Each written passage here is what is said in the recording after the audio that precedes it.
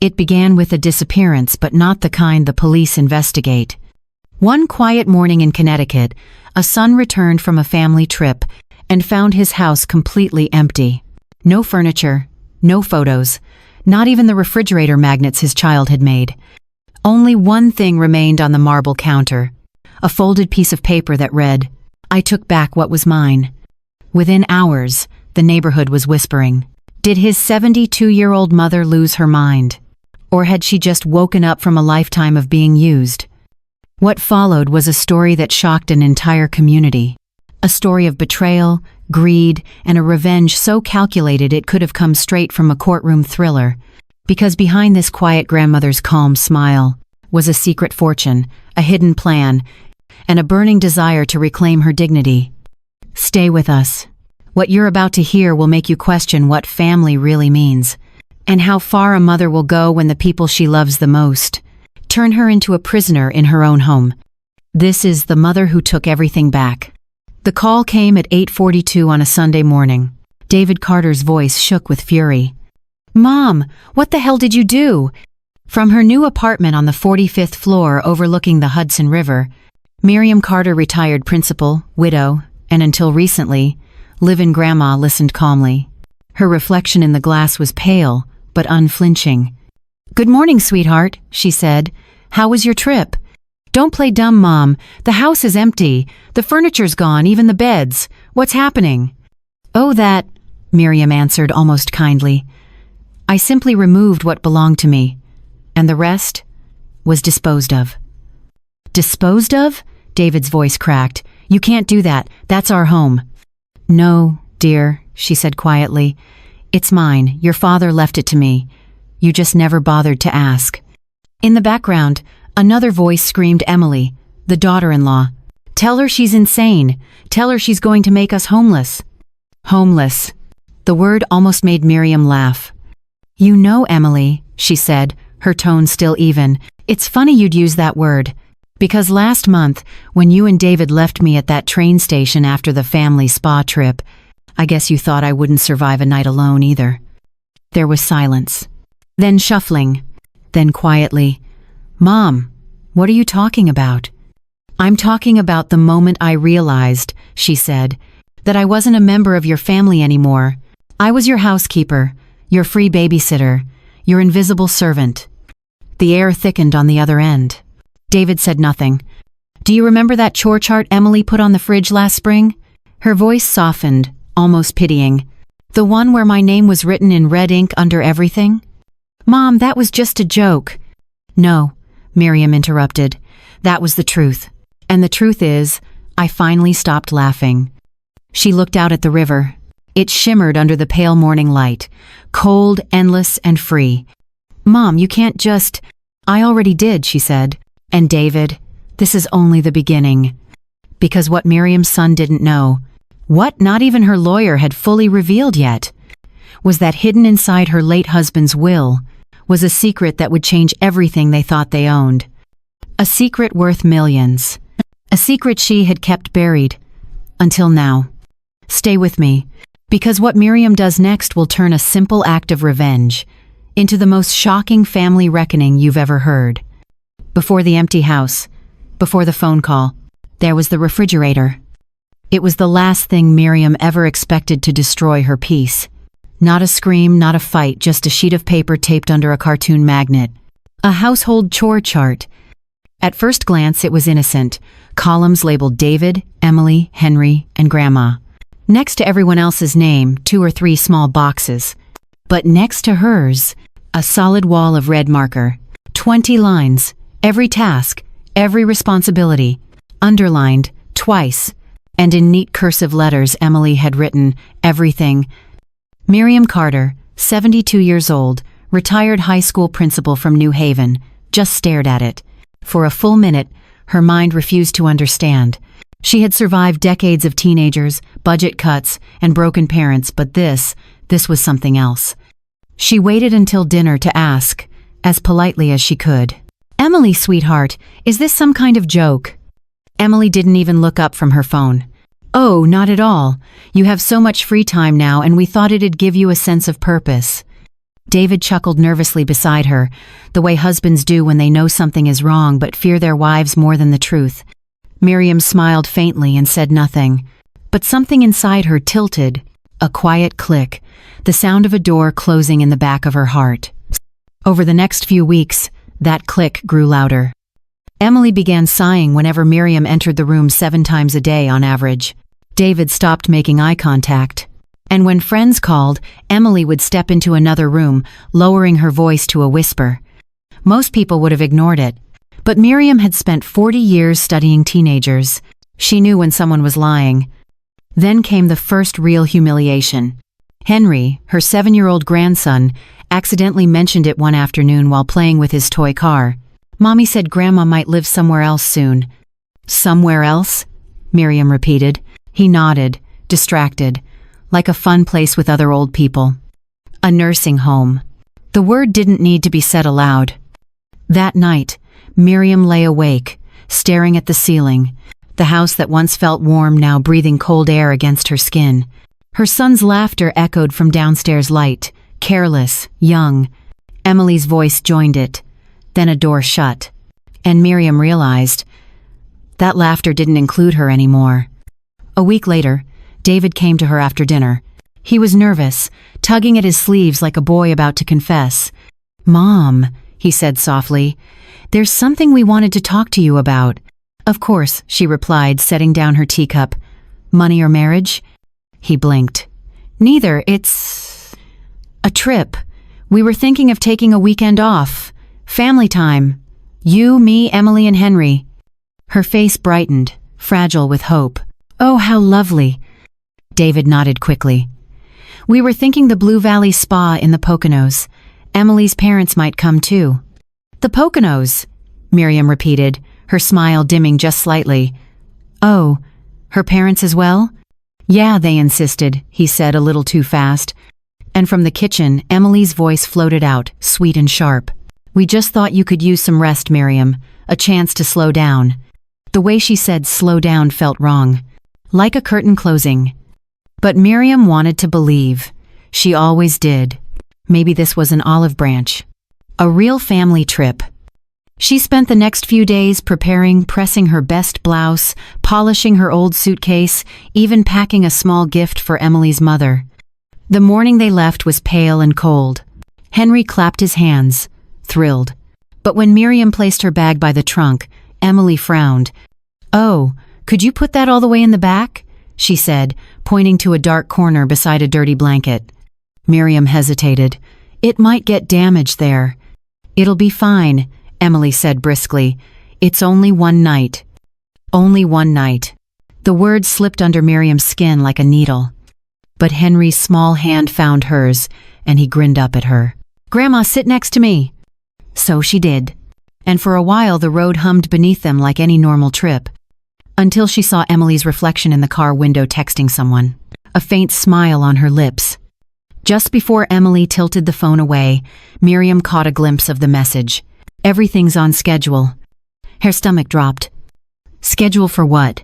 Why was her daughter-in-law writing that during a family trip? She didn't ask. Not yet.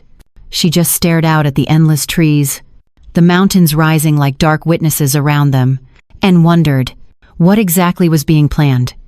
Because by the time they reached that quiet spa resort in the mountains, Miriam would discover the truth. And it wouldn't just break her heart. It would turn her entire family into strangers. The drive to the mountains took 4 hours.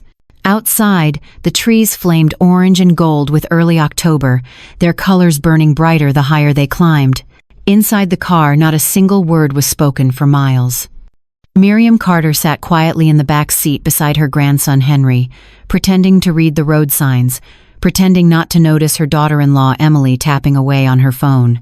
Every few minutes, the faint buzz of new messages broke the silence. Each time, Emily tilted the screen away. Each time, Miriam caught a flicker of the same phrase, all going according to plan. She turned her eyes to the window. The mountains rose like walls, beautiful and cold. She had been a teacher long enough to know when people were preparing a test, and she was the only one in the car who didn't have the answer sheet. When they arrived, The Blue Valley Spa Resort looked almost unreal. A postcard of peace, cedar cabins, fog drifting off the lake, a bell tower chiming noon. A young receptionist smiled too wide as she welcomed them. "Mr. and Mrs. Carter, your suite is ready. And," she hesitated, "Mrs. Carter Sr., you'll be in the Willow Annex, room 12. Miriam blinked. "Separate rooms?" she asked. Emily placed a gentle hand on her arm. "It's just for your comfort, Miriam. The main suite can be a bit noisy with Henry." The receptionist's voice lowered, rehearsed. "The Willow Annex is very quiet, ma'am. Senior guests often prefer it." Senior guests. That word again. So soft, so polite, and yet it stung like a slap. Miriam followed the bellboy through a narrow hallway that smelled of chlorine and dust. Her room was small, window facing the parking lot, the wallpaper peeling slightly near the vent. No lake view, no warmth. Just isolation, dressed up as kindness. When the door shut behind her, the quiet felt wrong, like the world had been turned down to silence on purpose. Dinner that night confirmed her fear. In the grand dining hall, Emily and David were seated with Emily's parents at a large round table near the window. Miriam's name tag, however, sat on a small table off to the side alone, facing the wall. "Oh," Miriam said softly, "I think there's been a mistake." Emily's mother smiled. "Not at all, dear. You'll be more comfortable over here. You don't want to listen to the young folks chatter all evening, do you?" The table settings were different, too. Cheaper china, a smaller glass. And when the food arrived, Miriam's plate looked pale next to everyone else's. "Excuse me," she said quietly to the waiter, "this isn't the same entree." The man hesitated. "Your daughter-in-law requested a low-salt senior meal for you, ma'am. It's better for the heart." Better for the heart. Miriam stared down at the gray fish and the boiled vegetables. She had no heart condition. But she did have a growing sense of clarity, an instinct sharpened by decades of catching lies from teenagers and colleagues alike. Across the room, David was laughing. Emily leaned into him, whispering. And when their eyes met hers, for the first time, Miriam saw it clearly. Guilt and relief. That night, in her tiny room, she couldn't sleep. The bed creaked with every breath. The air smelled faintly of bleach. Her thoughts circled like wolves. Why separate rooms? Why a cheaper meal? Why the phone messages? At 2 a.m, she rose and looked out her narrow window. Across the lot, the lights in Emily and David's cabin were still on. 2 silhouettes moved behind the curtains. One of them was pacing. She pressed a hand to her chest. Something inside her whispered, "You are being erased." The next morning, her headache began. It wasn't just fatigue. It was that deep, buzzing kind of ache that comes when stress coils inside the skull. She mentioned it at breakfast. "Oh no," Emily said, feigning concern. "Maybe it's the altitude. Don't worry, you'll feel better soon." But when Miriam reached for her teacup, Emily was already turning away, texting again. At checkout, David's tone was brisk. "Mom, about the drive back. The car's a little tight with the luggage and Emily's parents. Maybe you could take the train? It's only 3 hours. You'll be home before us." Miriam froze. "The train? Alone?" Emily smiled, voice sugar sweet. "You love trains, don't you?" Henry's face fell. "But Mommy, Grandma can sit with me." "Not this time, honey." Miriam's throat tightened. "I don't feel well," she whispered. Emily's eyes were flat. "You'll be fine. You always are." As David walked to the desk to settle the bill, Miriam watched Emily step aside and pull out her phone again.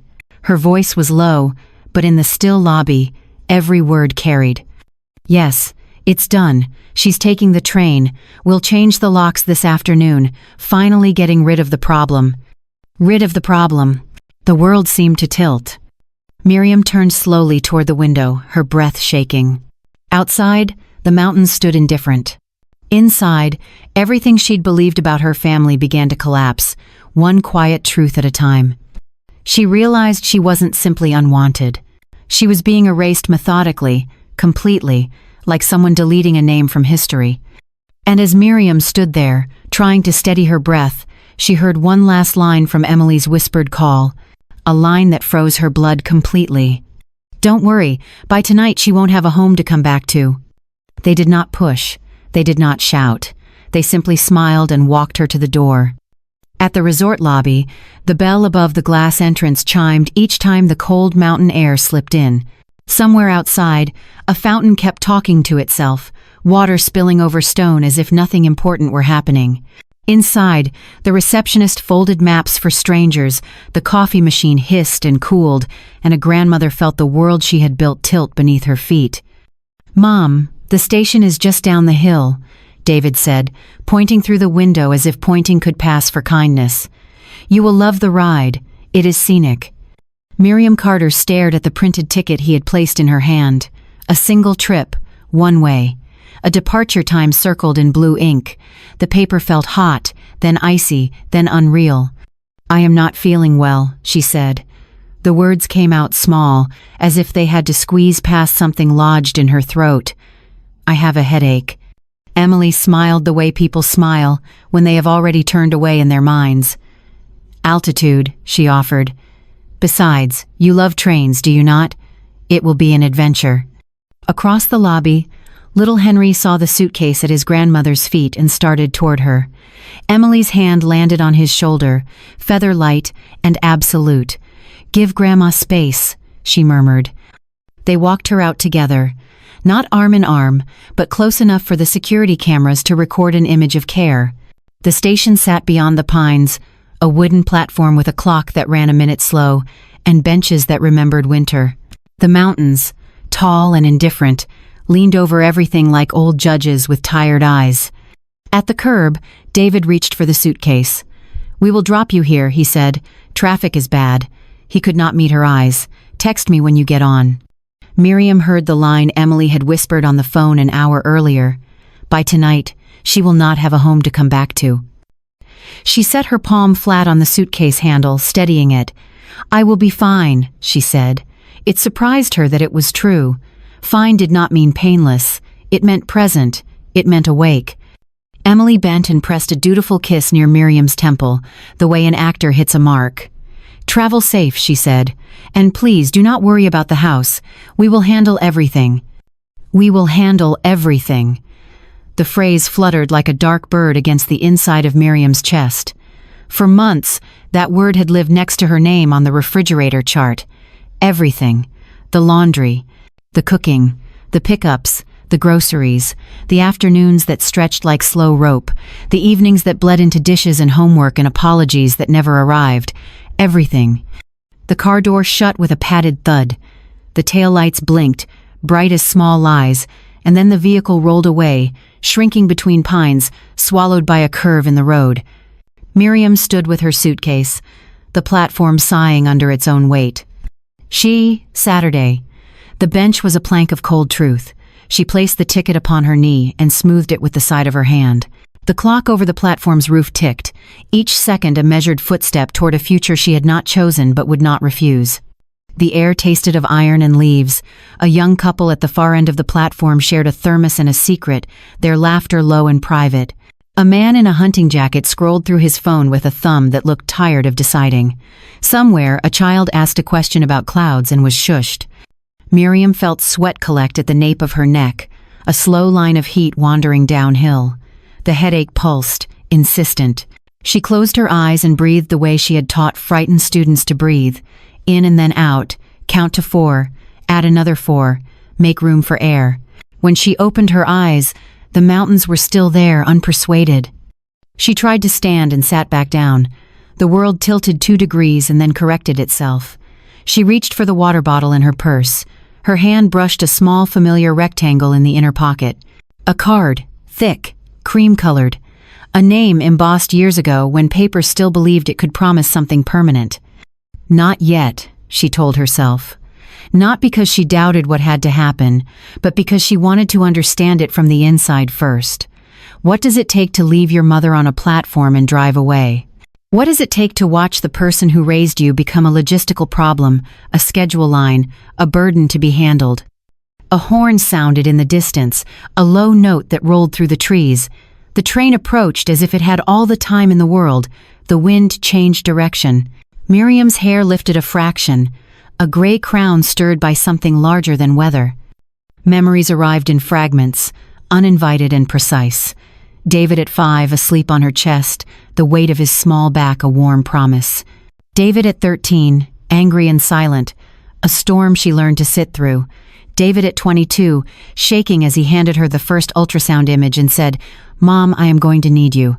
She had nodded then and rearranged her life without using the word sacrifice, because love does not cost you until someone decides it is owed.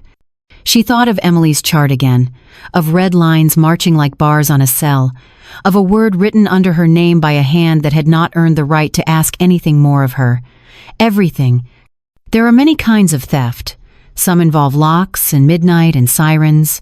Others happen at breakfast with a smile.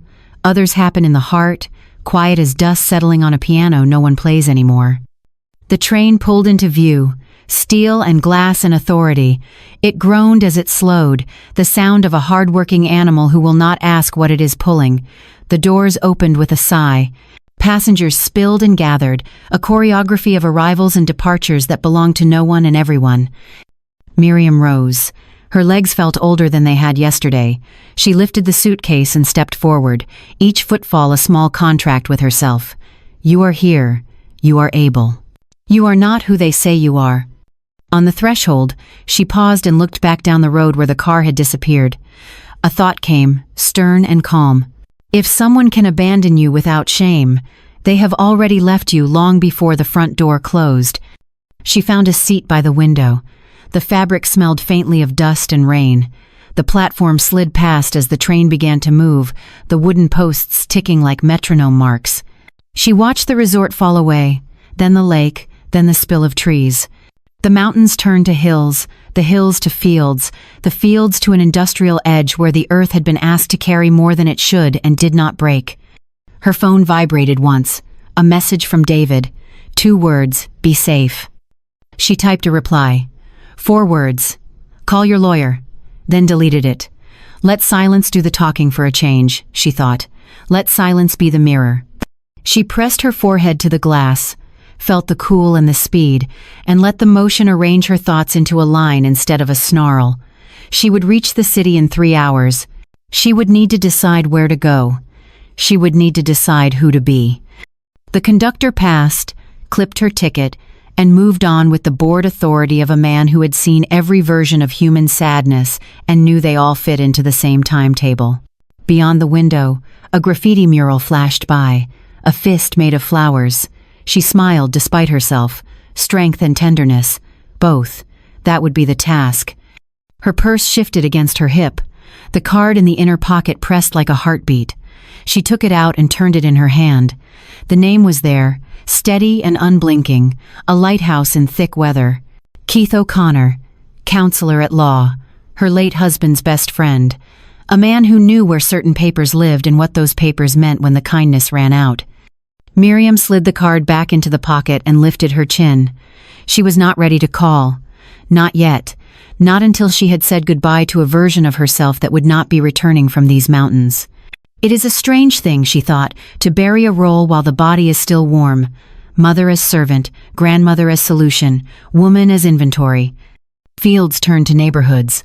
The sky lowered and brightened in the same breath. A city trick. A boy in the seat across the aisle watched her with solemn curiosity. She smiled at him. He did not smile back, but he relaxed, as if reassured that old women on trains could be steady ground and not just stories people tell when they are frightened. She imagined Henry's face, the way he pressed his small hand against the car window when he waved goodbye, the 2 squeezes he gave her when he was nervous. Here, together. She would keep that promise to him, even if it meant keeping it without the rest of them. The train leaned into a curve, and the river appeared, long and silver, running beside the tracks like a companion who does not interrupt. Miriam felt the ache in her head loosen by the smallest degree. She closed her eyes and let the rhythm of the rails stitch the moment to the next one. When she opened them, the skyline had begun to assemble, steel reaching for light. She exhaled, a long breath, a clean one. She took out her phone. The battery icon was a thin white sliver. She scrolled to the bottom of her contacts, past names that belonged to other lives, to a number she had not dialed in years. Her thumb hovered. Not yet, she told herself again. And then she remembered the sentence Emily had tossed like a coin into a wishing well she assumed would always belong to her. By tonight, she will not have a home to come back to. Miriam lifted the phone, selected the number, and pressed call. The line rang once, then twice, and a familiar voice answered, older but clear. "This is Keith O'Connor." Miriam drew breath. "Keith," she said, "I think it is time you told me what my husband left me, that my son never knew." "Keith," Miriam whispered into the receiver. "It's me, Miriam Carter." For a moment, there was only static. Then a deep, warm voice, calm, careful, the kind that could steady a storm. "Miriam," he said, "I wondered when I'd be hearing from you again."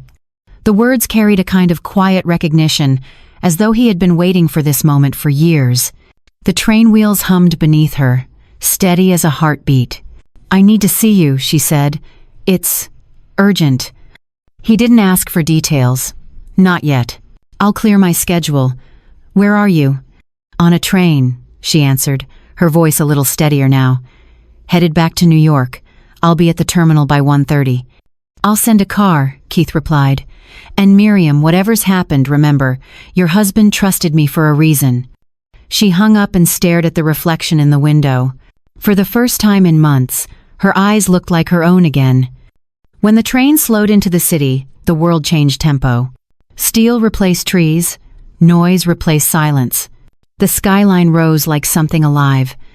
Miriam stepped off the platform and into the blur of Grand Central Station, suitcases rolling, voices overlapping, 1,000 lives colliding without apology. She moved through it like a ghost, finally deciding to rejoin the living. The black sedan was waiting exactly where Keith said it would be. A driver in a gray suit nodded and opened the door. "Miss Carter, Mr. O'Connor is expecting you." She slid into the back seat. Outside, Manhattan roared with all the confidence her son would never understand streets full of people who had been broken once and learned to hide the cracks under ambition. The kind of city that punished weakness and rewarded those who could pretend they had none. She watched the buildings slide by, remembering her first years there with her husband, Robert Carter, an engineer, thoughtful, endlessly patient. He had built bridges, she had built people. Together, they'd built a life. And then, after he died, she'd tried to hold everything together for their son. She never realized David's version of together meant under control. Keith O'Connor's office sat at the top of a narrow building near Bryant Park. It smelled faintly of cedar and paper, a lawyer's kind of sanctuary. When she stepped inside, Keith was already standing, gray-haired now, heavier, but with the same measured gaze. "Miriam." He crossed the room and took her hands. "It's been too long." "Too long," she agreed. Then, with a tired smile, "And not long enough, maybe." He gestured to the chair across from his desk. "Tell me everything." She did. Every word of it. The chore chart, the spa trip, the train, the phone call where Emily's voice dripped with triumph. By tonight, she won't have a home to come back to. Keith listened in silence, his pen resting untouched on the desk. When she finally stopped, his eyes had hardened in a way she'd never seen before. "That," he said quietly, "is elder exploitation, and it's criminal." "I don't want a courtroom," Miriam said. "I just want my life back." He nodded slowly. "Then you'll need to remember something important. Your husband was not just an engineer, he was a planner." Keith turned to his filing cabinet, unlocked the bottom drawer, and pulled out a heavy binder wrapped in blue ribbon. He placed it on the desk between them. "Robert gave me this 15 years ago," he said. "Told me to hand it to you only if the day came when you stopped being safe in your own home." The binder was thick. Legal paper, estate seals, banking codes. Her hands trembled as she untied the ribbon. Inside the front pocket sat a single envelope. Her husband's handwriting, neat and unmistakable. For Miriam, when trust becomes a weapon. Her heart stuttered. "Keith, what is this?" "Everything Robert left behind," he said. "The stocks, the real estate, the trust accounts. Miriam, the bulk of his fortune isn't where David thinks it is." She blinked. "Fortune?" Keith leaned forward. When Robert sold his bridge patents before the company went public, the payout was $20 million. He kept the details private, too private. Most of it went into a trust account in your name. 20 million? Her voice cracked. That can't be right. He slid a document toward her. It is. You've been living on the interest without even knowing it. Miriam's pulse quickened. Robert had always told her, "Don't worry about the paperwork, Miri. It's all handled." She'd assumed it was a simple pension. She never realized she was the majority beneficiary of a corporate sale that changed the firm's history. Keith continued, voice firm but gentle.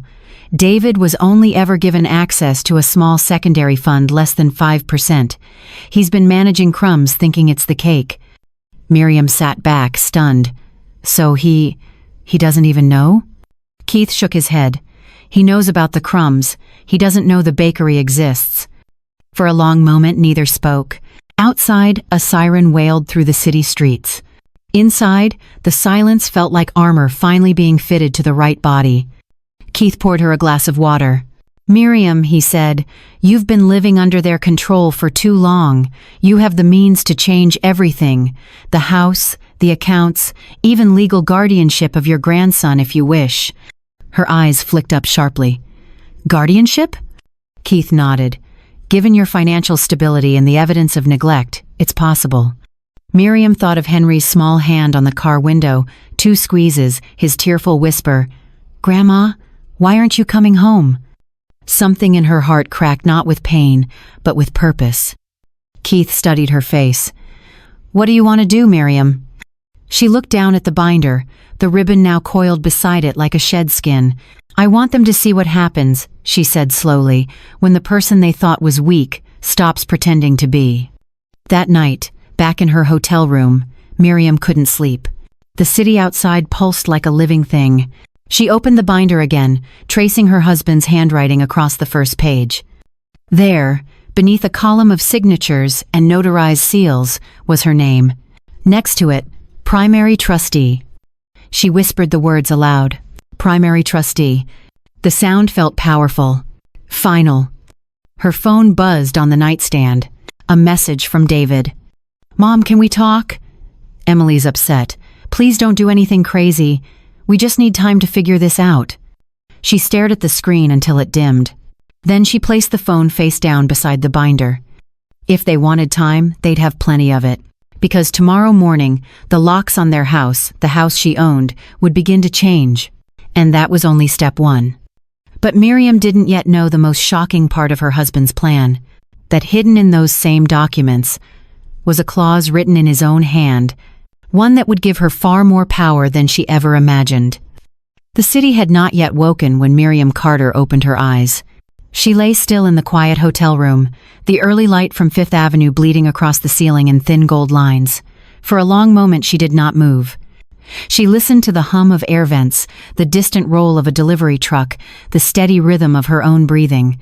She was 72 years old, and for the first time in decades, nobody was waiting for her to make breakfast. On the table beside the bed sat the blue binder. The ribbon lay uncoiled next to it, like a relic from an older world where promises were written by hand and meant to last. She poured herself coffee, sat by the window, and opened the binder again. Legal language, signatures, stamps, all the words that people like David and Emily assumed old women could not possibly understand.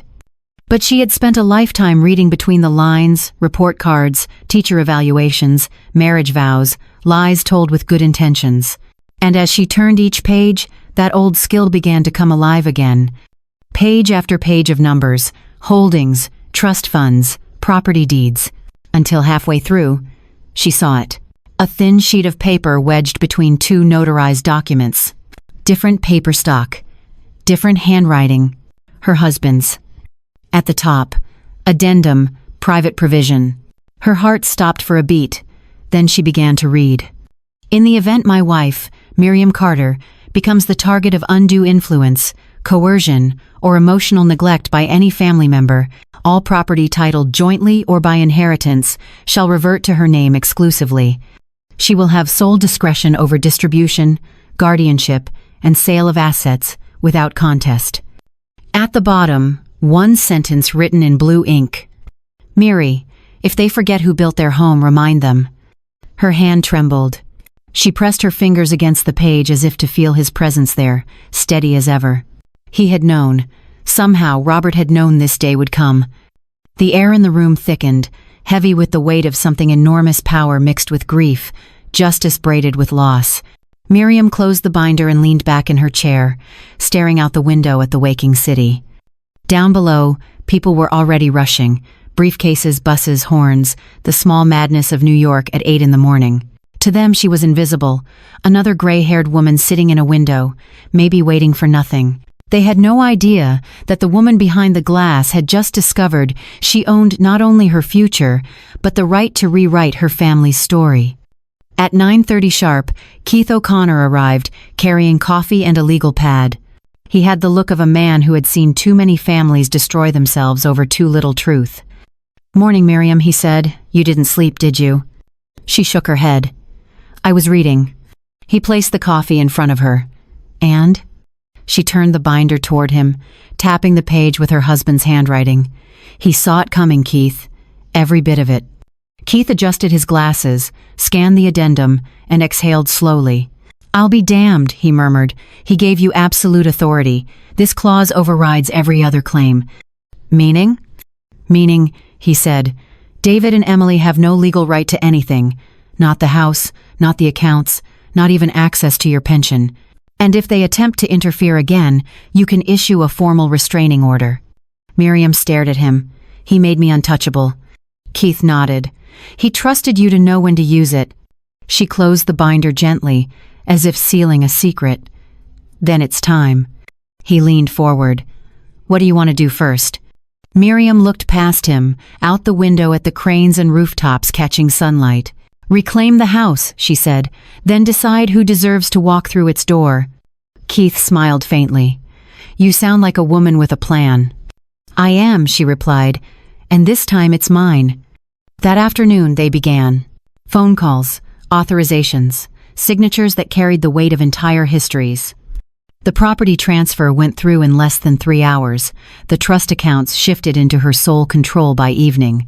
By sunset, Miriam Carter, once an invisible mother-in-law, once a forgotten woman at a dinner table, had become the legal owner of every asset her husband had ever touched.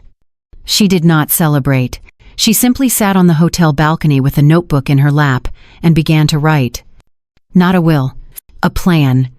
At the top of the page, to take back everything, start quietly. Step 1, secure the assets. Step 2, change the locks. Step 3, retrieve what remains of dignity. Step 4, protect Henry. She underlined the last step twice. For a long while, she just watched the lights spread across the skyline. The air smelled of rain, and far below, taxi horns sounded like distant memory. In another life, she might have called David just to hear his voice. But that life had ended the moment he left her on that platform. The only sound now was the low hum of traffic and her own voice, calm and certain, reciting the line her husband had left for her. If they forget who built their home, remind them. When night fell, she opened her phone. 2 new messages from David. Mom, we made a mistake. Please call me. Mom? Emily's scared. We just need to talk. She read them both and placed the phone face down again. Her heart didn't race anymore. There was no anger left, only a strange, cold clarity. Because she knew something they didn't. She hadn't just regained control. She had inherited a weapon, one that could unravel their entire illusion of security with a single decision. And tomorrow morning, that decision would be made. What Miriam didn't know, as she drifted to sleep with the binder still on her lap, was that while she planned her quiet return, David and Emily were already making one last desperate move of their own. A move that would turn her plan for justice into a full-scale war for everything left between them. Morning broke gray and slow over Manhattan. Miriam Carter sat on the edge of the hotel bed, the binder resting open on her lap like a loaded gun made of paper. Outside, the city was already alive, delivery trucks coughing smoke, taxis slashing through puddles, steam breathing from the grates. But inside, there was only the ticking of a wall clock and the soft rustle of pages as she checked the signatures one last time. At exactly 9:30, her phone began to vibrate. The name David Carter filled the screen. She let it ring until it stopped. A minute later it rang again, then again. By the fourth call, curiosity won over resolve. She answered. "Mom?" His voice broke through the static, frantic and trembling. "We need to talk." Her reply was calm, deliberate. "I think we already did." "You can't do this," he blurted. "Emily's losing it. The locks. What the hell is going on? We can't get into the house. There's a notice posted on the door. It says property under new management. What does that even mean?" "It means," she said quietly, "you've been living in a home that never belonged to you." There was a pause so long she could almost hear his heart shatter through the line. Then Emily's voice rose faintly in the background, sharp, terrified. "She changed everything. She's crazy, David. She took it all." Miriam's voice didn't waver. "I took back what was mine."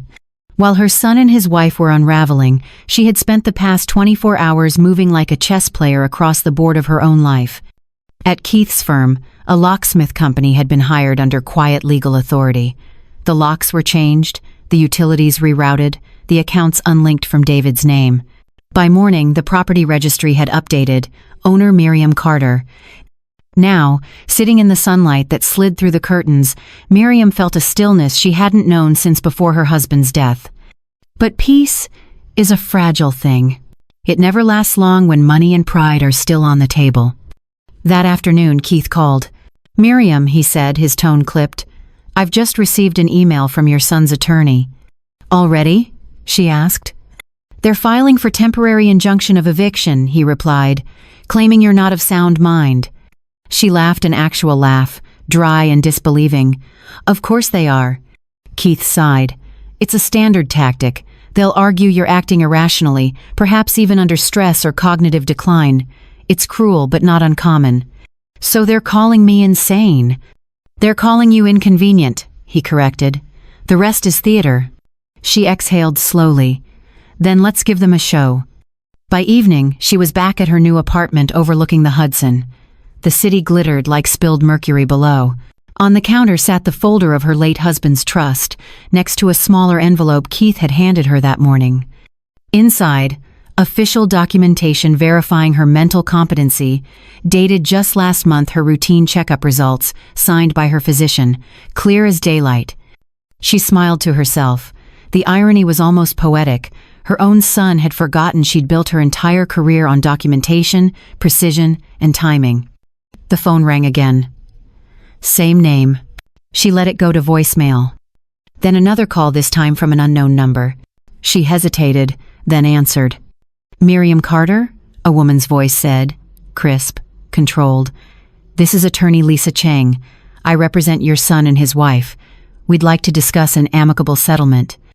"Amicable," Miriam repeated. "Interesting word." "I think we can resolve this privately," Cheng continued. "Emily is deeply remorseful, and your son is—" "Stop," Miriam said. Her voice was low, steady, almost surgical. "Remorse comes before the damage, Miss Cheng, not after." The attorney paused, recalibrating. "Mrs. Carter, are you aware that your son is currently without a place to stay?" "I imagine so," Miriam replied. "It's what happens when people change the locks on themselves." There was another pause, sharper this time. "Mrs. Carter, if this goes to court, it will get messy." Miriam smiled faintly. "Oh, Miss Cheng, it already is." She hung up. By nightfall, she received a text from an unknown number, Emily's. "You've made your point. Congratulations. Now undo it before you destroy this family forever." For a brief moment, Miriam's thumb hovered over the reply button. But she didn't type. She just stared at the words. The irony of them. Destroy this family forever. The family had already been destroyed long before the locks changed. It had been dying quietly, one sigh, one eye roll, one whispered insult at a time. At 9 p.m., Keith called again. "Are you sure you're all right?" he asked. "I'm fine," she said. "I've been through worse." He hesitated. "They're desperate, Miriam. They've drained the accounts they controlled. Emily's parents pulled their co-signature on their car lease. They'll look for leverage." "I know," she said. "They'll look for a way to make me the villain." "And what will you do?" Miriam gazed out the window at the reflection of city lights trembling across the river. "I'll wait," she said softly. Desperation always reveals the truth. Keith was silent for a moment. Then he said, "You sound like your old self again." "I think," she said, "this is my old self, the one they buried under guilt and gratitude." She hung up and poured herself a glass of wine. The city outside looked alive, almost conspiratorial windows glowing like 1,000 watching eyes. For the first time in years, she wasn't afraid of being alone. Solitude, she realized, wasn't punishment. It was freedom with better lighting. Across town, in a cramped motel off Interstate 95, Emily was pacing the floor. Her voice was hoarse from shouting. David sat slumped on the bed, staring at the phone. "Call her again," Emily hissed. "She's bluffing. She wouldn't really leave us with nothing." David didn't answer. His eyes were glassy, haunted. "She meant it, Emily," he said. "You didn't hear her voice on the phone. It's like she stopped being my mother." Emily spun on him. "Then make her remember she is."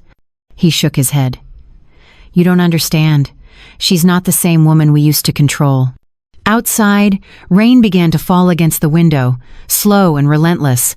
Emily sank to the floor, whispering to herself, "She can't win. She can't." But deep down, even she knew Miriam wasn't fighting for revenge anymore. She was fighting for rebirth. The next morning, a knock would echo through Miriam's hallway, 3 slow taps that would change everything. Because standing outside her door wasn't David or Emily. It was someone far more dangerous, someone holding the one thing she never expected to see again. 3 knocks, slow, even. Not urgent, worse than that, deliberate. Miriam Carter froze halfway between the kitchen and the living room. Outside her window, the Hudson shimmered under a gray morning sky, but in here, the air felt dense. No one knew this address except Keith O'Connor, her lawyer. Not even her son. Not yet. She placed her coffee cup down and listened. 3 more knocks. She opened the door halfway, the chain still latched. On the other side stood a woman in her 40s, black trench coat, damp hair, a folder tucked under one arm. "Mrs. Carter?" the woman asked softly. "Yes. My name is Detective Laura Hale, Manhattan Financial Crimes Division." Miriam's stomach tightened. "Financial crimes?" The detective nodded. "We received a complaint filed this morning. Your son alleges that you illegally withdrew joint funds, falsified his father's trust documents, and transferred property without consent." Miriam exhaled slowly. "Of course he did." The detective's eyes softened slightly. She wasn't cruel, just doing her job. "I'm not here to arrest you. We're only verifying records, but I do need to ask a few questions." "Then come in," Miriam said, unhooking the chain. "I've been waiting for this." Detective Hale stepped inside. She glanced around clean apartment, books neatly stacked, fresh flowers on the counter.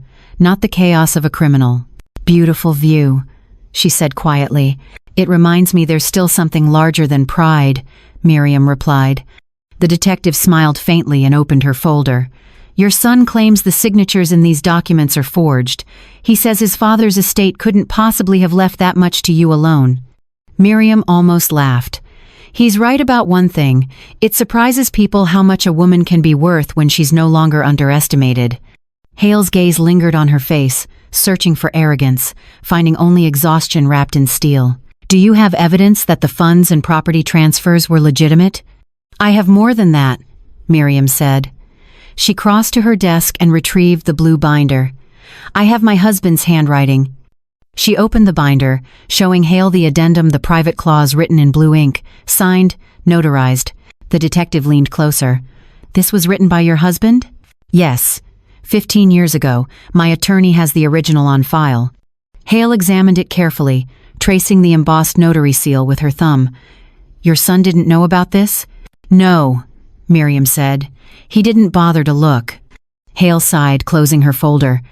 "Families," she murmured. "Half my caseload starts with love and ends with greed."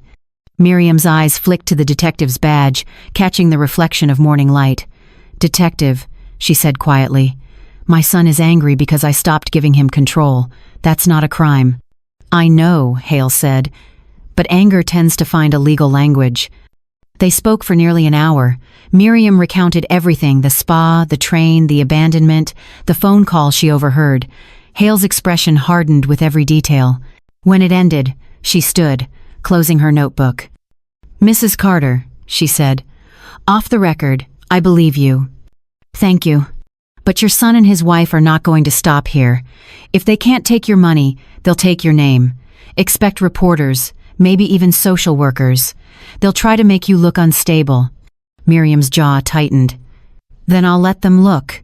And when they see me standing, they'll realize what stability actually looks like." The detective smiled at that, genuine and brief. "You're tougher than most people I've met." "I was a principal for 40 years, Miriam said. "You learn to survive anything when you've survived teenagers." Hale laughed softly.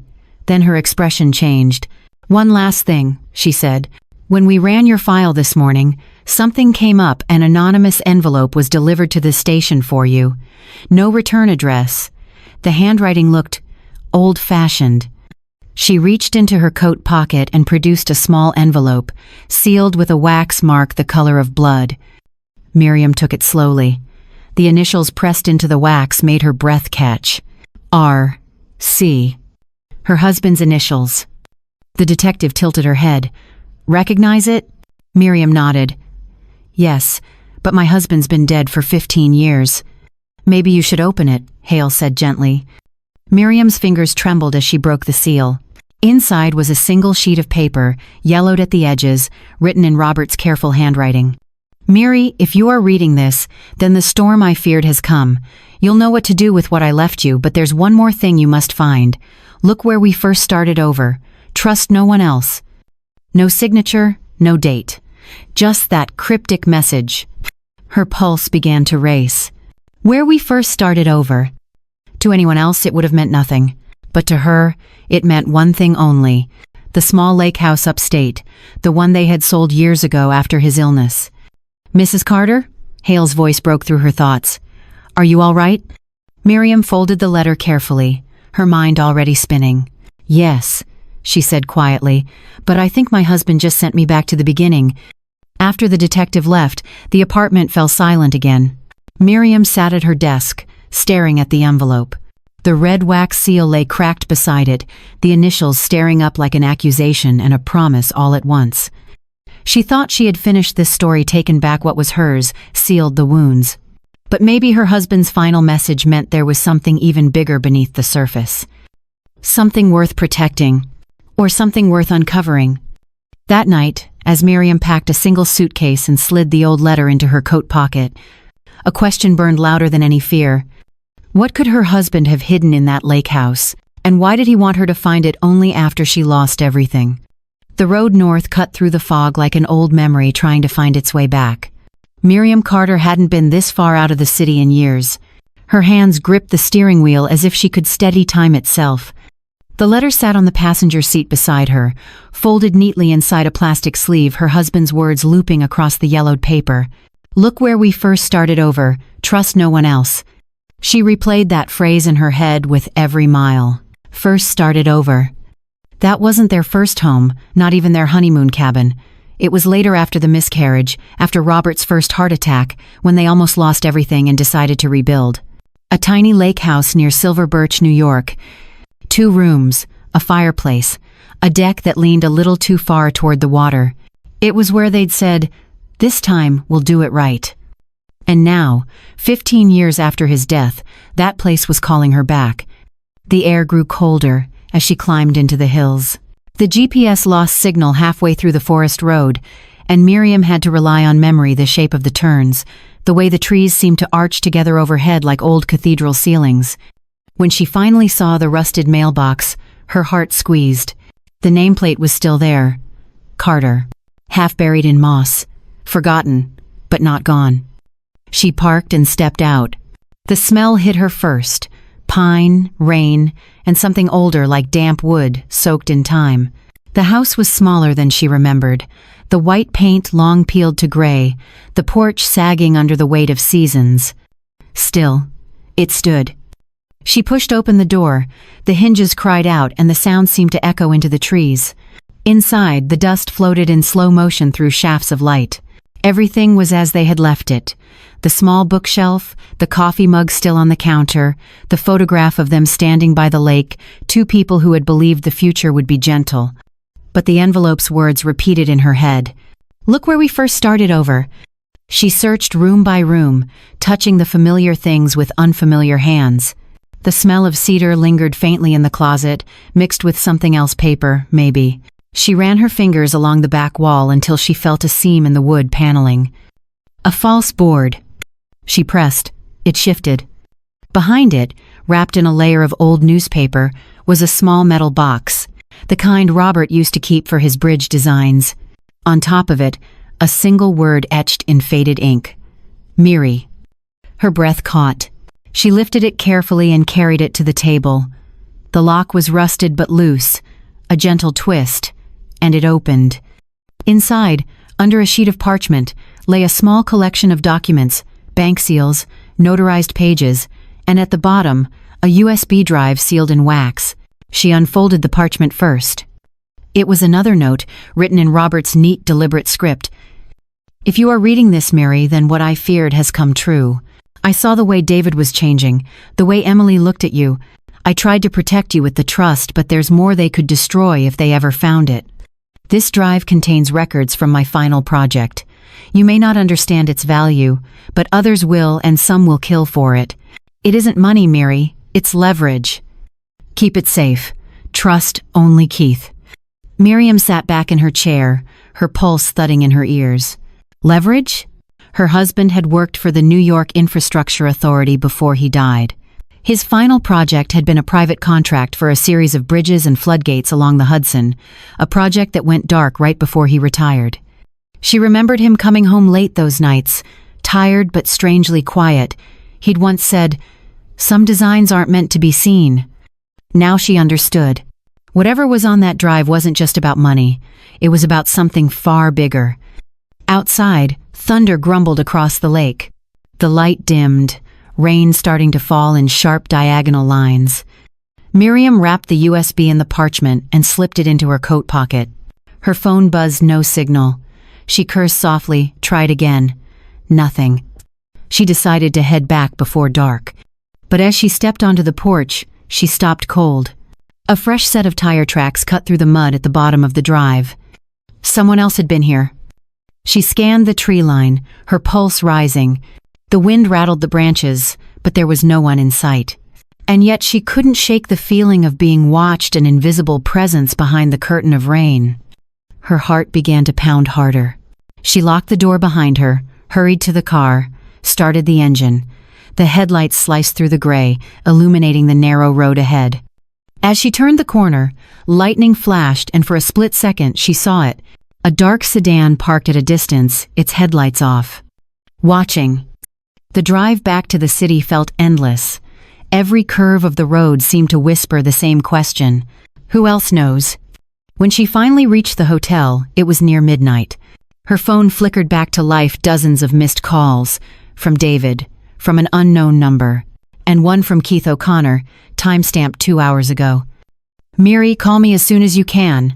We have a problem. Don't talk to anyone until I explain." Her stomach dropped. She pulled the USB from her pocket, staring at it under the lamp's light. A small, ordinary object. But if her husband's note was true, this tiny thing could destroy lives or save her own. She set it down beside the blue binder and leaned back in her chair, her mind a storm of fear and calculation. Her world had already burned once. She would not let it happen again. At 2:15 in the morning, her phone buzzed again, an unknown number, this time with a video message. She pressed play and froze. On the screen, her grandson Henry was crying, whispering one sentence through his tears. "Grandma, they said if you don't give it back, you'll never see me again." The video ended, but the sound stayed in her ears. Henry's trembling voice, the way he looked straight into the camera like he was trying to find her through the lens. "Grandma, they said if you don't give it back, you'll never see me again." Miriam Carter stared at the phone until the screen went black.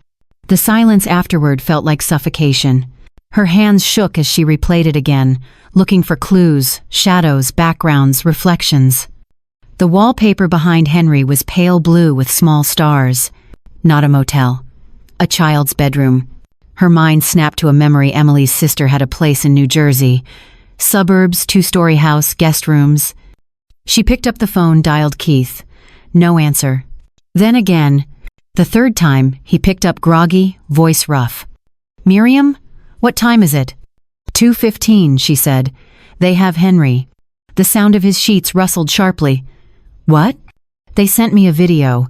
He's crying, saying if I don't give it back whatever they think I took, they'll keep him. Keith swore under his breath. Where are you? Still at the hotel, but I'm leaving. Miriam, stop.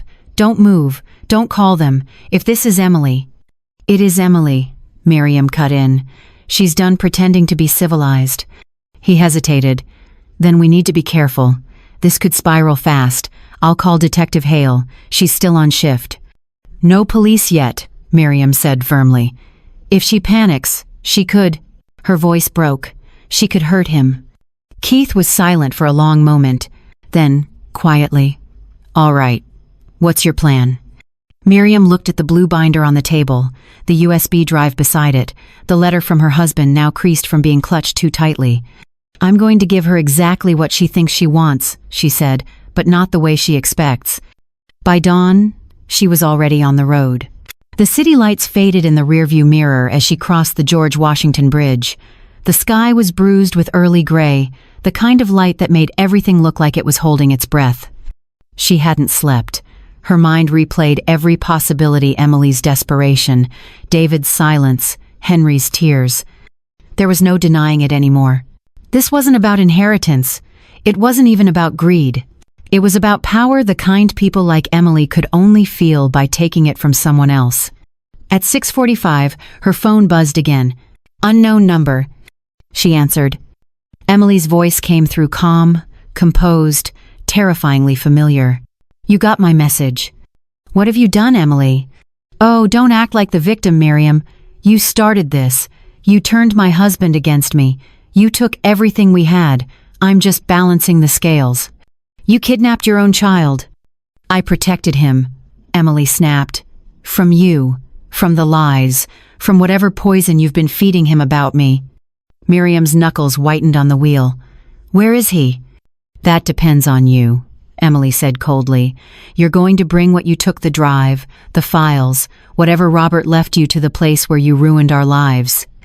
Miriam's voice dropped to a whisper. The lake house. Smart woman. There was a faint hum of traffic behind Emily's voice. She was already on the move. Be there by 10, Emily said. Alone.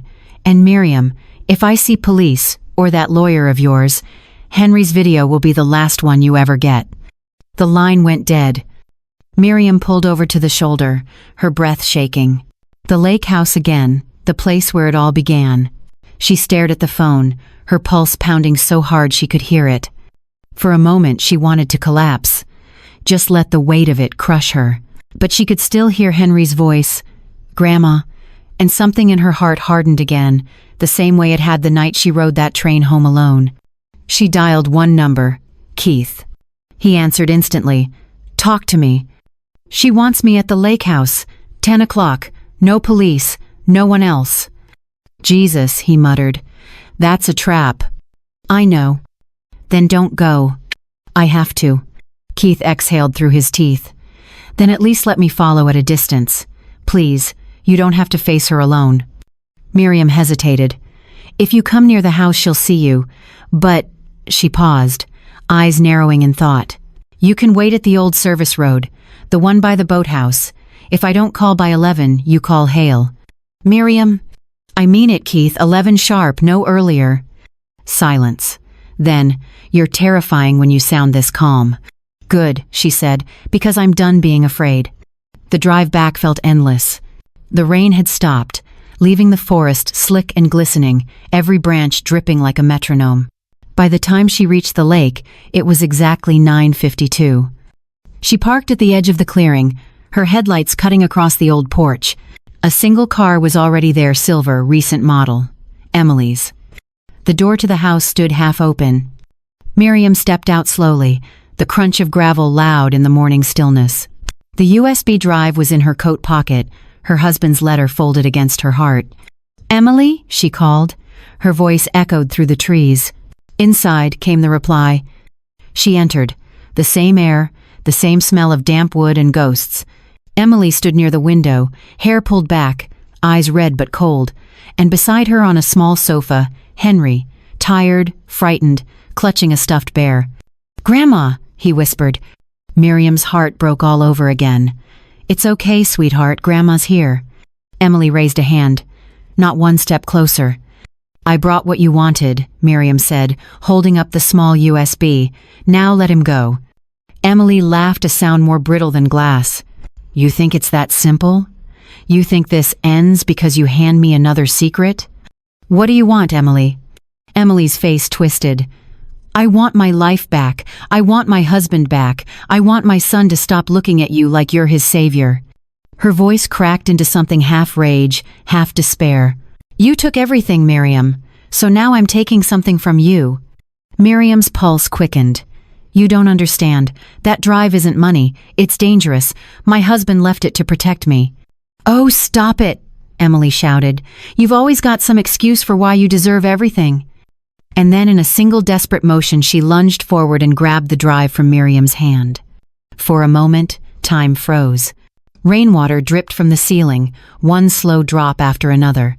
Emily stared down at the USB, her breath coming hard. Miriam whispered, "You don't know what you're holding." Emily's reply was quiet, trembling. "Then I guess I'll find out." She turned, heading for the door. But from outside, the faint sound of tires crunching gravel made her stop. Emily's eyes darted toward the window. "What is that?" Miriam's heart jumped. "Keith," she murmured. Emily's face twisted. "You brought someone?" Before Miriam could answer, Emily yanked the curtain aside and froze. Outside, a black sedan had stopped at the edge of the clearing. But it wasn't Keith's car. Two men in dark coats stepped out. No badges, no hesitation. And in that instant, Miriam understood this wasn't just about family anymore. Someone else wanted that drive, and her husband's secret had finally come due. As the first man reached for his weapon, Miriam grabbed Henry's hand. Emily spun around, eyes wide, realizing too late that she'd never been in control. Whatever her husband had hidden inside that drive had just turned them all into targets. The sound came first gravel grinding beneath heavy boots, followed by the low metallic click of a gun being chambered. Emily froze mid-step, clutching the USB drive like a relic. Miriam's instinct took over. She pulled Henry behind her, eyes darting for cover. Two silhouettes emerged from the tree line, broad-shouldered, faces blurred by the mist, moving with the kind of precision that came from habit, not panic.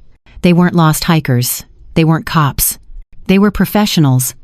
"Emily," Miriam hissed, "give it to me." Emily's voice trembled. "Who are they?" "People your father-in-law tried to keep this from." One of the men shouted toward the house. "Mrs. Carter, we just want the device. No one needs to get hurt." His tone was polite, corporate even, which made it worse. Miriam's mind raced. If Robert's final project really held government blueprints or financial data, these weren't thugs, they were fixers sent to retrieve a liability. She whispered to Henry, "When I say run, you run to the boathouse. Don't stop, don't look back." "Grandma, promise me." He nodded, tears welling. The first man stepped onto the porch. "Mrs. Carter, we know your husband's work. You're in over your head." Miriam forced her voice steady. "You came all this way to steal from a 72-year-old widow?" The man's jaw tightened. "You have something that doesn't belong to you." "It belonged to my husband," she snapped. "That makes it mine." He sighed. "Then you'll understand if we insist." The second man moved toward the window. Miriam saw the barrel of his weapon glint through the glass. She grabbed Emily's arm. "Give me the drive now." But Emily shook her head, backing away. "No, you lied about everything." The window shattered. A bullet tore through the curtain, splintering the frame inches from Emily's shoulder. Henry screamed. Miriam yanked him to the floor. "Give it to me," she shouted. Emily's face twisted in terror. She threw the USB toward Miriam like a burning coal. Miriam caught it, shoved it into her coat pocket, and crawled toward the back door. "Come on." They stumbled through the kitchen as more glass shattered behind them. Outside, rain pelted the deck, cold and sharp, the lake stretched out, silver and merciless. Miriam grabbed Henry's hand and pushed him toward the trees. "Run!" The boy bolted, feet splashing through puddles. Emily followed, gasping, half sobbing, her shoes slipping in the mud. Behind them, one of the men shouted, "Stop! We just want the data!" A gunshot cracked, echoing across the water. A tree trunk exploded inches from Miriam's shoulder. She ducked low, heart hammering. They reached the boathouse, a small wooden shack with peeling paint and a warped door. Miriam shoved them inside and barred it with an oar. The air reeked of oil and damp rope. Henry pressed himself against her side, trembling. "Grandma, are they going to kill us?" She held him tighter. "Not if I can help it." Emily slumped against the wall, panting. "What's on that drive? Why are they doing this?" Miriam stared at her. Because Robert wasn't just building bridges, he was documenting where the money went. The contractors, the shell companies, the people taking cuts they shouldn't. Emily's eyes widened. "You mean... I mean, if this gets out, a lot of powerful people lose everything." Thunder rolled across the lake, masking another gunshot. Miriam peeked through a crack in the boards. The men were splitting up, circling the house. She whispered, "They'll sweep the property. We have maybe 5 minutes." Emily's voice cracked. 5 minutes for what? Miriam's eyes landed on the old boat motor in the corner, half covered with a tarp.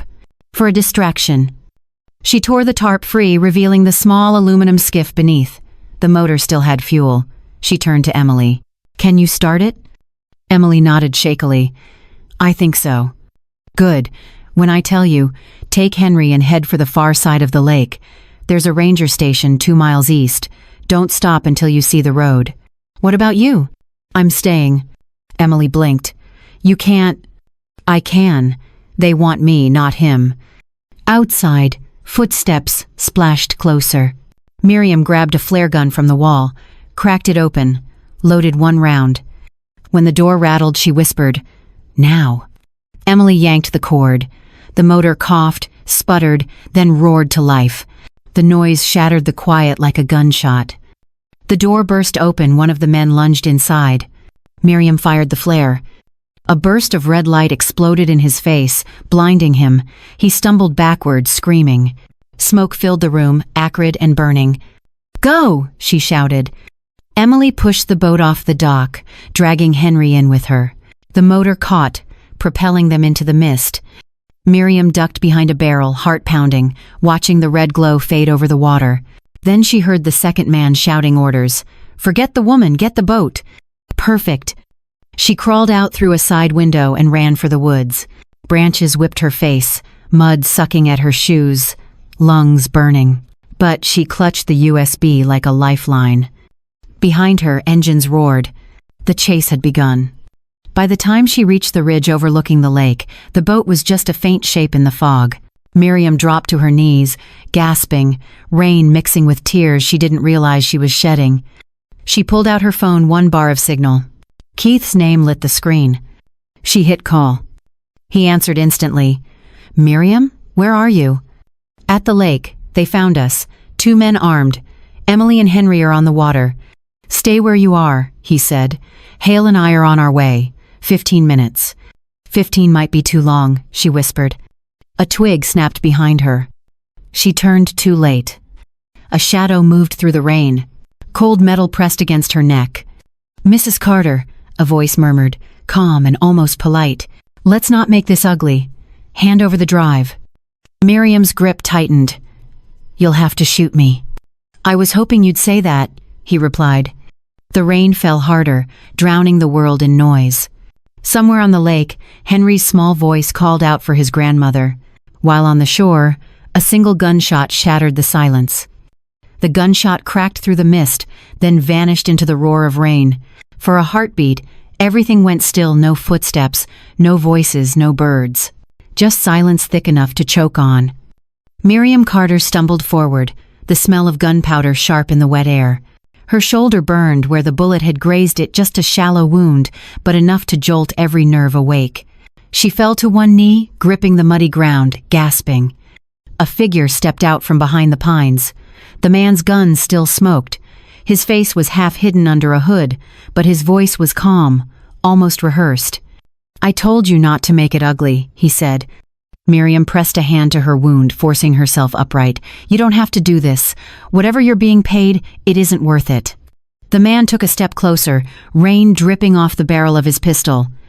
"You're right, it isn't. But sometimes we don't get to choose which debts we pay." "Who sent you?" He hesitated just for a moment, just enough. "Let's say your husband wasn't the only one who knew where the money went." Miriam's pulse quickened. "You worked with him." The man didn't answer. His eyes flicked to her pocket. "The drive.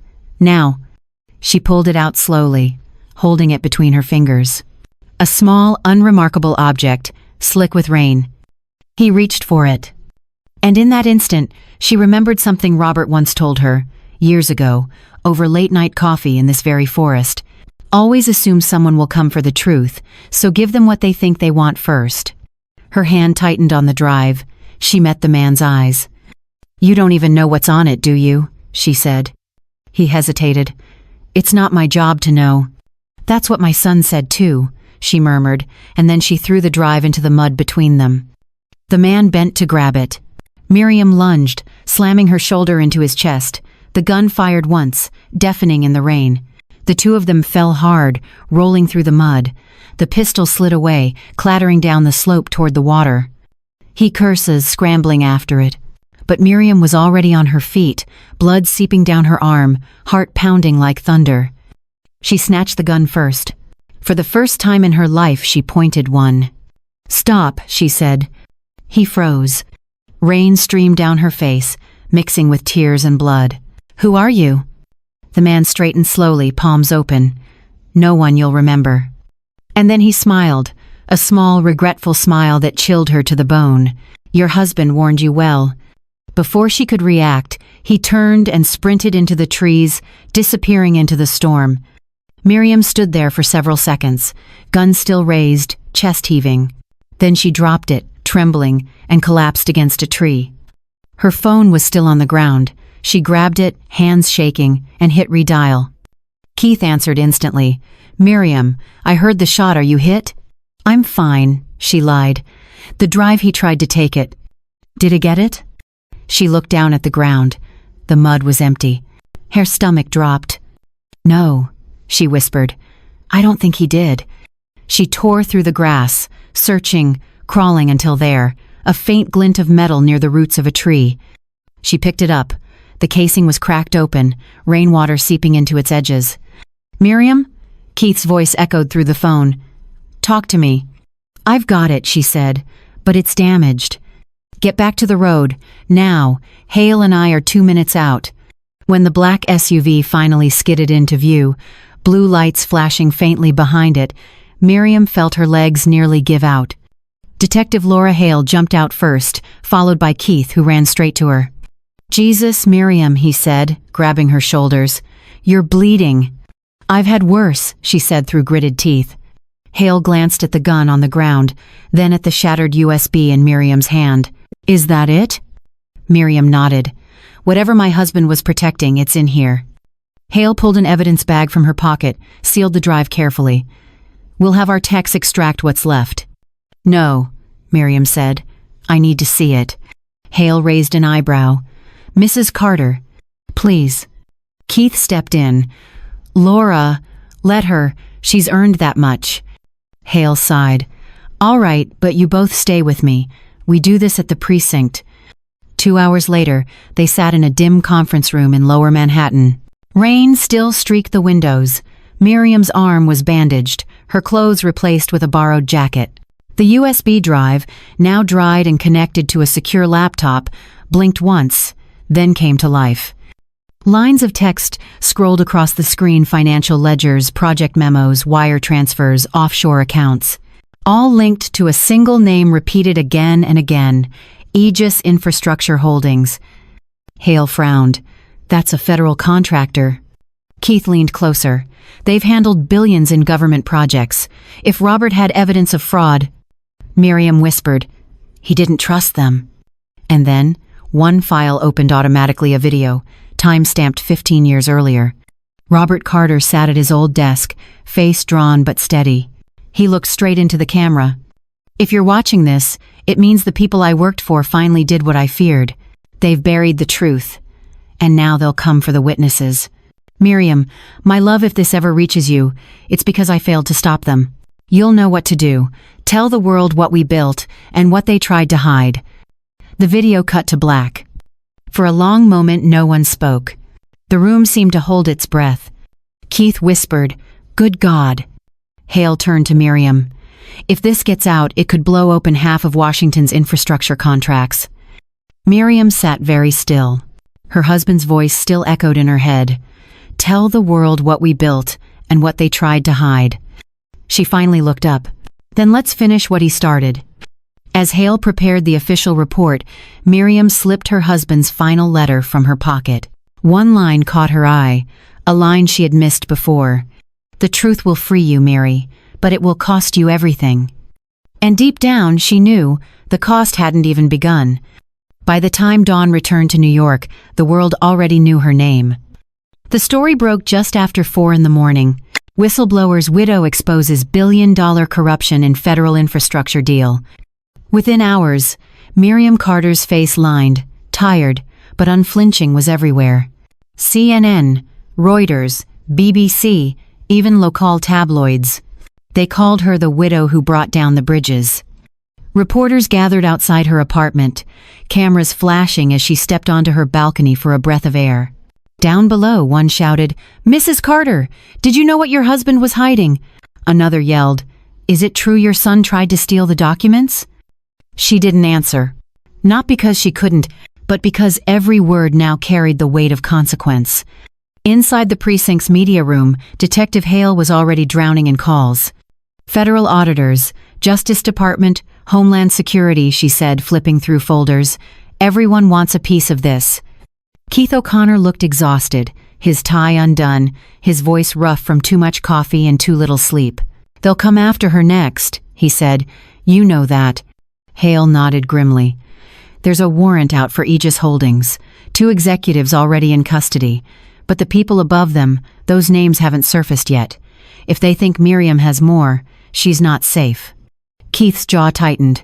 "She's done enough. She just wants her life back." Hale sighed. "Truth doesn't give life back, counselor. It takes it." When Miriam returned home, her building's doorman avoided eye contact. Neighbors peeked through cracked doors.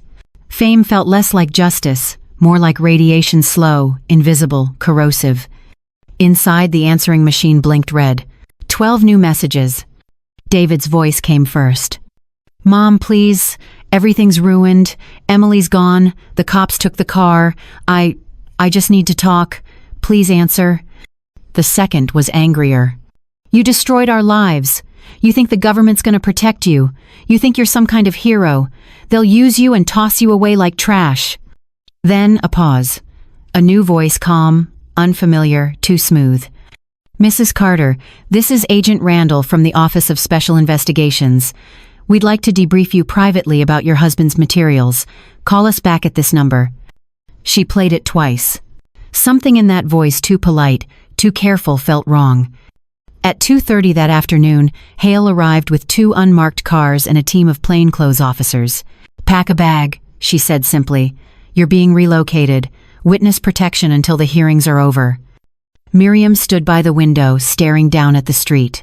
"I spent my whole life building a home," she whispered. "Now I'm running from it." Hale's tone softened.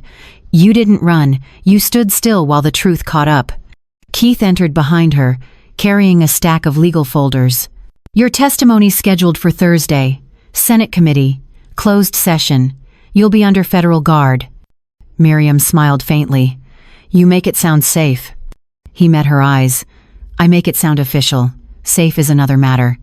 That night, in the safe house overlooking the Hudson, she couldn't sleep. The city lights below flickered like static, pulsing with a kind of cruel beauty. She sat at the small kitchen table, the binder open in front of her one last time. Every signature, every seal, every page of evidence. Proof of everything Robert had tried to warn her about. Proof that truth, once revealed, never goes quietly. She whispered into the empty room. "Robert, was this your plan? To save me or to test me?" No answer. Only the hum of the refrigerator and the faint wail of a siren miles away. Her phone buzzed. A message. No name attached. "Truth has a price, and you've only paid the first installment." She froze. Her heart hammered in her chest. The phone buzzed again. A photo, this time grainy, taken through a windshield. It showed her grandson, Henry, stepping off a school bus.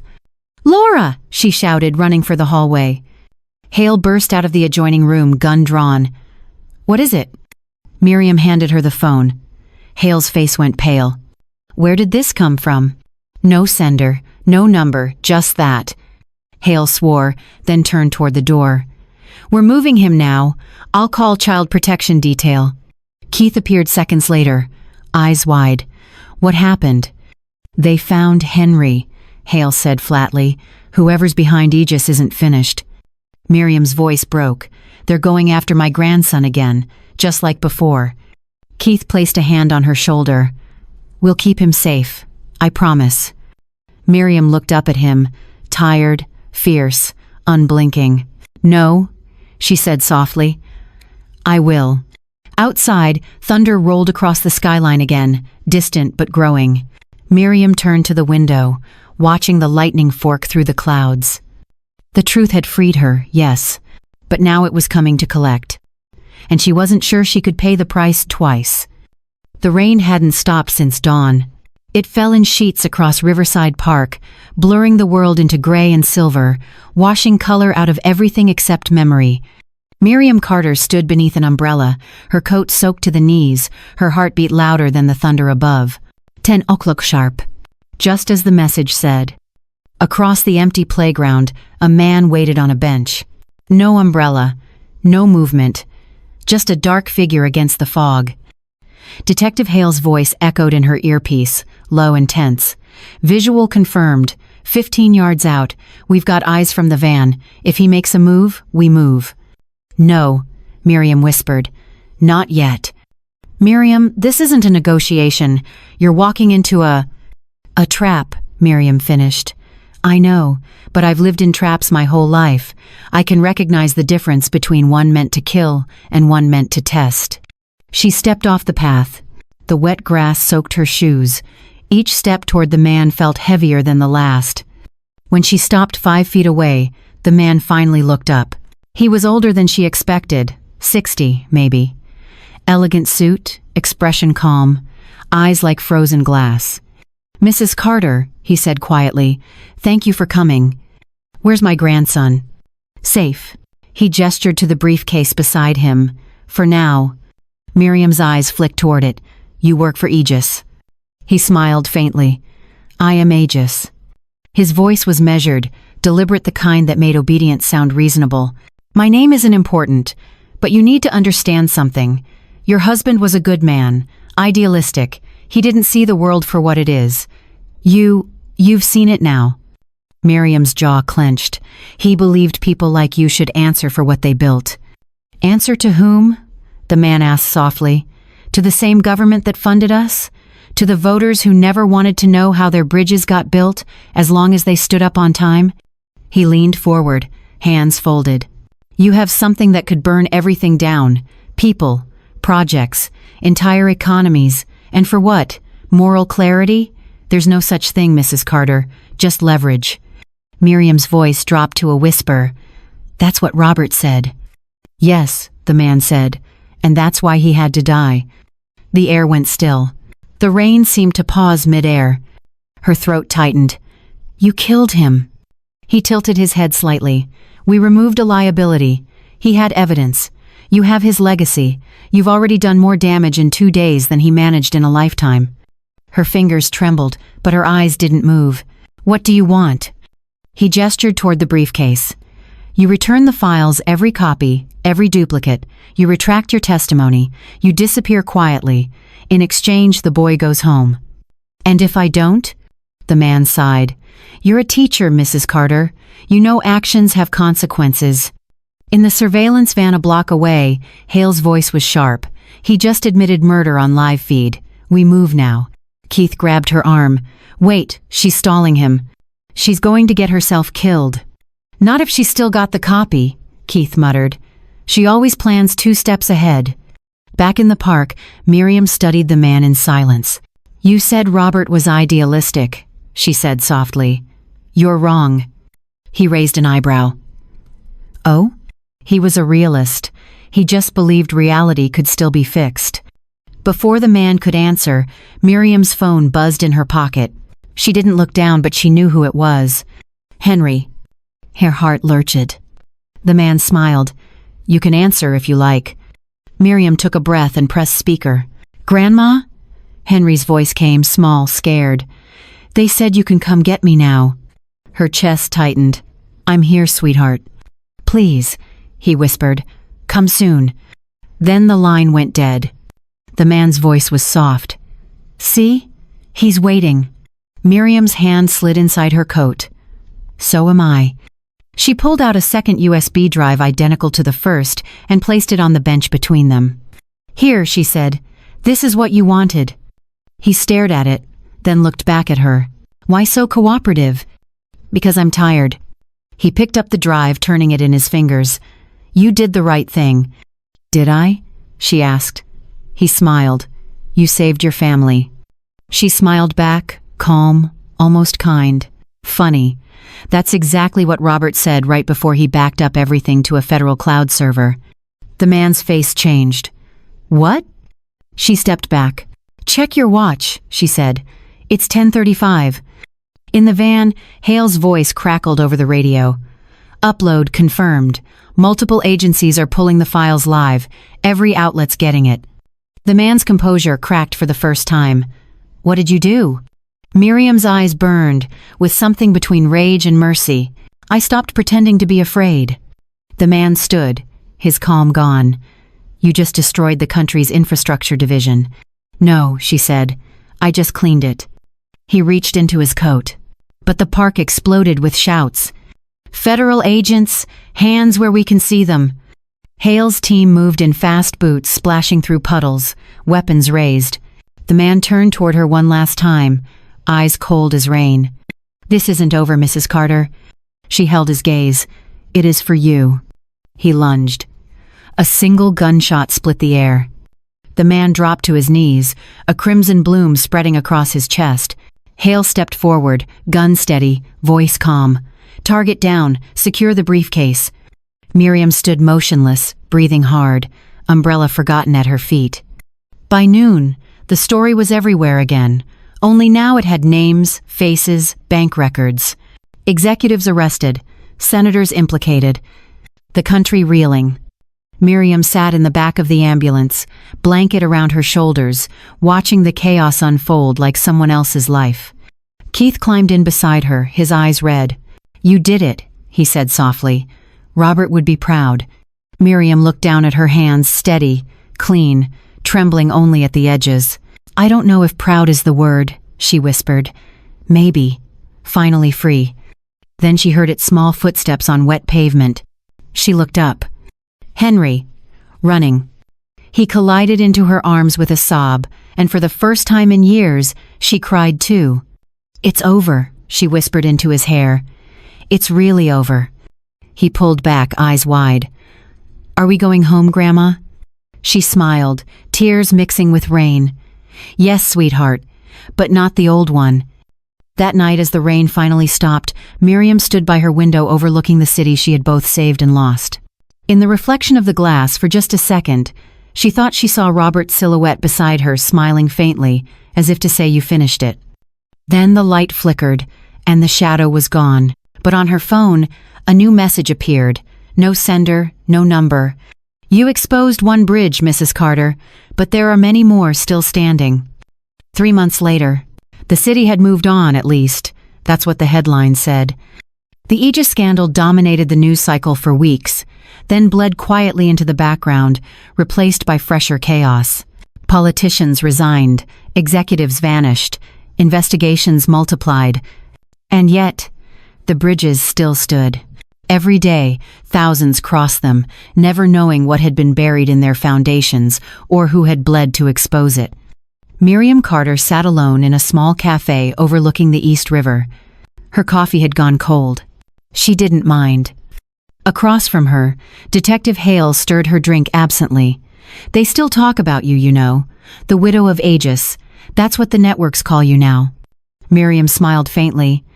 "I used to be just Mrs. Carter. Then I was a nuisance. Then a liability. Now I'm a headline." Hale leaned back. "Most people who go through what you did, they don't make it this far." "I didn't make it. I survived it," Miriam said. "That's different." They sat in silence for a moment, watching the slow current move beneath the bridge. "You could still take the settlement," Hale said carefully. "Federal compensation, protection for life, new identity." Miriam shook her head. "You can't buy peace with new paperwork." Later that afternoon, she walked along the river with Henry. He was quieter these days, more thoughtful, older somehow, as if the world had cracked open too early for him. "Grandma," he asked softly, "are you still famous?" Miriam chuckled. "Fame isn't real, sweetheart. It's just noise people make when they can't handle the truth." He nodded slowly, processing that. Then, after a pause, "Mom's in the hospital, right?" Miriam's smile faded. "Yes, she's getting help. She'll be okay. Do you still hate her?" She stopped walking, looked at him carefully. "No," she said. "Hate's heavy. I carried it long enough. I'd rather leave it by the river." They stood there together, watching sunlight shimmer on the water. A freighter passed under the bridge, vast, steady, silent. Henry pointed. "That bridge, it didn't fall." Miriam followed his gaze. "No, some things are meant to last even after the people who built them are gone." That evening she returned to her apartment, the new one, small but warm, overlooking a quiet courtyard instead of the skyline. A soft knock came at the door. Keith O'Connor stood there, older, smiling tiredly, holding a manila envelope. "Delivery for the most stubborn client I've ever had." She smiled. "You could have mailed it." He shrugged. "Some things you deliver in person." Inside the envelope was a letter, sealed with an official stamp, U.S. Senate Committee on Ethics.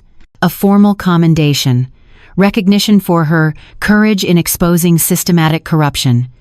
At the bottom, a handwritten note from one of the senators. "You built the bridge between truth and accountability. Thank you." She read it twice, then folded it back into the envelope. "I didn't build anything," she murmured. "I just refused to look away." Keith's expression softened. "That's what builders do, Miriam. They face the cracks before everything collapses." After he left, Miriam poured herself a cup of tea and sat by the window. The sky outside was bruised with sunset purple and orange bleeding together like old paper on fire. She took out Robert's final letter, the one she had carried through everything. The ink had faded a little, but one line still stood clear. "The truth will free you, Mary, but it will cost you everything." She smiled sadly. "You were right, Robert. It cost everything, but we're still standing." A breeze drifted through the open window, lifting the page just slightly, and for a brief second, she swore she heard his voice again, soft, warm, proud. "You finished the bridge." Outside, across the river, the city lights flickered on one by one, like a heartbeat resuming after a long silence. People crossed the bridges, unaware of the ghosts beneath their feet, unaware that a single woman had fought to keep them honest, unaware that sometimes the most dangerous wars aren't fought with guns but with proof.